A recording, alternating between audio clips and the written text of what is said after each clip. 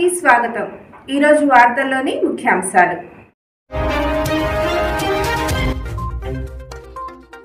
విశాఖలో tiger Triumph ప్రారంభం.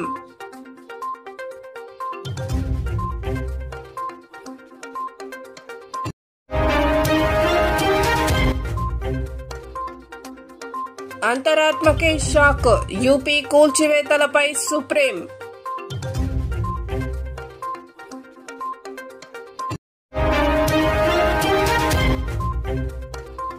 రాజకీయాలు నాకు ఫుల్ టైం జాబ్ కాదు, సీఎం యోగి ఆదిత్యనాథ్.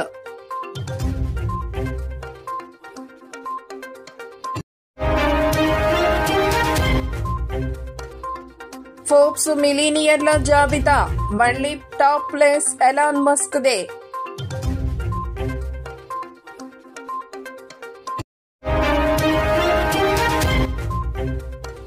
చలాన్ కట్టకుంటే లైసెన్స్ రద్దు. ఈ నెల 1 నుంచి అమల్లోకి కొత్త ట్రాఫిక్ నిబంధనలు.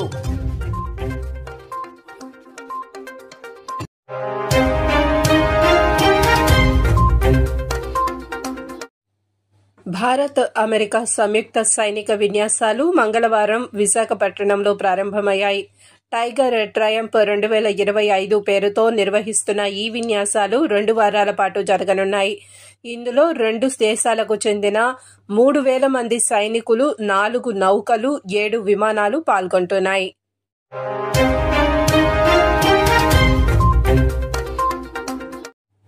బుల్డోజర్లతో ఇళ్లను కూల్చివేసిన ఉత్తరప్రదేశ్ సర్కార్పై సుప్రీంకోర్టు తీవ్ర ఆగ్రహం వ్యక్తం చేసింది. అమానవీయంగా, అక్రమంగా ఈ చర్యలు చేపట్టినట్లు కోర్టు పేర్కొంది. యూపీ సర్కార్ ప్రయాగ్రాజ్ డెవలప్మెంట్ అథారిటీ చర్యలను కోర్టు తీవ్రంగా ఖండించింది.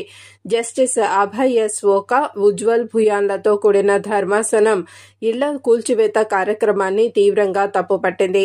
దేశంలో ఓ చట్టం ఉందని, పౌరుల నివాసాలను ఆ రీతిలో కూల్చడం సరికాదు అని కోర్టు పేర్కొంది.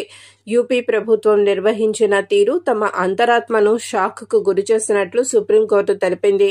నివాస హక్కు అనేది ఒకటి ఉందని, దీనికోసం కనీస చట్టాలను పాటించాలని సుప్రీం ధర్మాసనం తెలిపింది. ఇండ్లు కోల్పోయిన వారికి తక్షణమే 6 వారాల్లోగా 10 లక్షల పరిహారాన్ని ఇవ్వాలని కోర్టు తన ఆదేశాలను పేర్కొంది.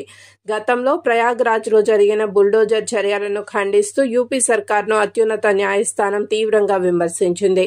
ఎటువంటి లీగల్ చర్యలు చేపట్టకుండా ఇళ్లను కూల్చివేయడం సమంజసం కాదని పేర్కొంది. ఇది షాకింగ్, తప్పుడు సంకేతాలు పంపినట్లు కోర్టు తెలిపింది. గ్యాంగ్స్టర్ అతిక్ అహ్మద్తో లింకు వారికి చెందిన ఇండ్లు అని తప్పుడు భావనతో కూల్చివేతకు పాల్పడినట్లు పిటిషనర్ తరపున న్యాయవాది ఆరోపించారు.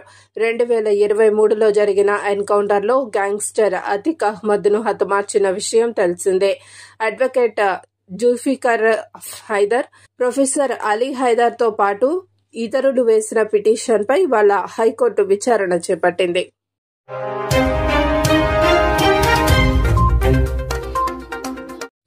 రాజకీయాలు తనకు ఫుల్ టైం జాబ్ కాదు అని యూపీ సీఎం యోగి ఆదిత్యనాథ్ అన్నారు. తానొక సాధువును మాత్రమే అన్నారు. భవిష్యత్తులో యోగి దేశ ప్రధాని అవుతారని వినిపిస్తున్న ఊహాగానాలకు ఆయన చెక్ పెట్టేశారు. పీటీఐ వార్తా సంస్థకు ఇచ్చిన ఇంటర్వ్యూలో పలు వ్యక్తిగత అంశాలను ఆయన వెల్లడించారు. ఉత్తరప్రదేశ్ ప్రజలకు సేవ చేయటమే తన ప్రాథమిక బాధ్యత అని, తమ పార్టీ తనకు ఆ బాధ్యత అప్పగించినట్లు చెప్పారు.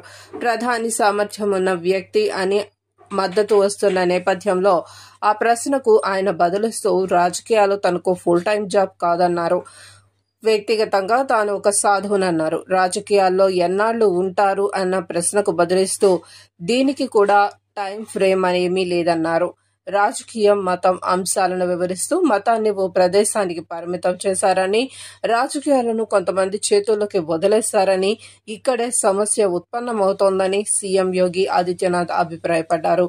స్వప్రయోజనాల కోసం రాజకీయాలు చేస్తే దానివల్ల సమస్య ఉత్పన్నమవుతాయని, అందరి మంచి కోసం రాజకీయం చేస్తే దానివల్ల సమస్యలు పరిష్కారం అవుతాయన్నారు. ఒకవేళ స్వప్రయోజనాల కోసం మతాన్ని వాడుకుంటే అప్పుడు అది కొత్త సవాళ్లను సృష్టిస్తుందని, ఒకవేళ ఎవరైనా ఉన్నత ఆశయాలకు అంకితమైతే అప్పుడు ప్రగతి ద్వారాలు తెరుచుకుంటాయన్నారు. భారతీయ సంప్రదాయంలో మతానికి స్వప్రయోజనానికి సంబంధం లేదన్నారు. భారతీయ తత్వబోధనలో మతాన్ని స్వప్రయోజనాలతో లింక్ చేయలేదన్నారు. భారతీయ మతతత్వం 2 అంశాలను బోధిస్తుందన్నారు. ప్రాపంచిక జీవనంలో ప్రగతితో పాటు ఆధ్యాత్మిక విముక్తి కలిగిస్తుందన్నారు.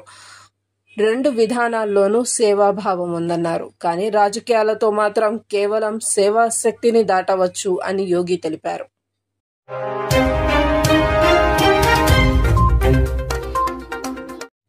ఫోర్బ్స్ బిలియనీర్ల జాబితా 2025 మొదలైంది. ఈ జాబితాలో ప్రపంచ కుబేరుడు ఎలాన్ మస్క్ మరోసారి తొలి స్థానంలో నిలిచారు.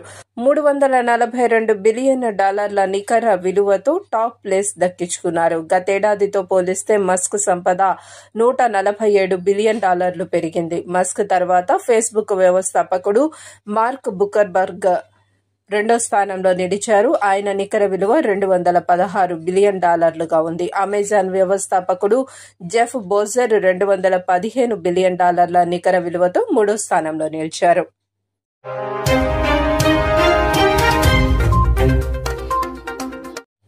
కొత్త ఆర్థిక సంవత్సరం అమల్లోకి వచ్చిన నేపథ్యంలో పెండింగ్ ఈ చలాన్లు ఉన్న వాహనదారులకు ప్రభుత్వం హెచ్చరికలు జారీ చేసింది.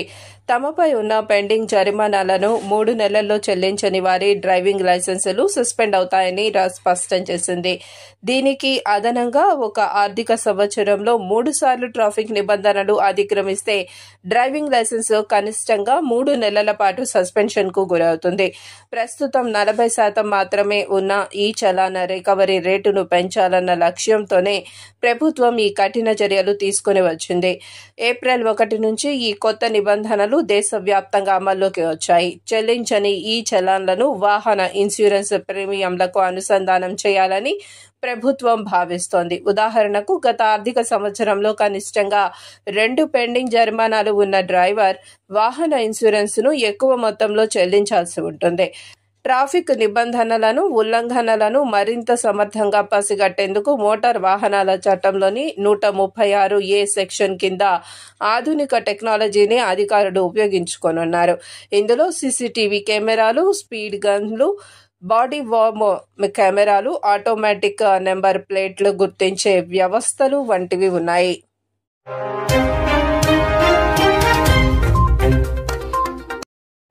వార్తలు ఇంతటితో సమాప్తం. చూస్తూనే ఉండండి పీపుల్స్ పల్స్. సామాన్య ప్రజల గుండె సవ్వడి, ప్రజానాడి. చూస్తూ ఉండండి పీపుల్స్ పల్స్.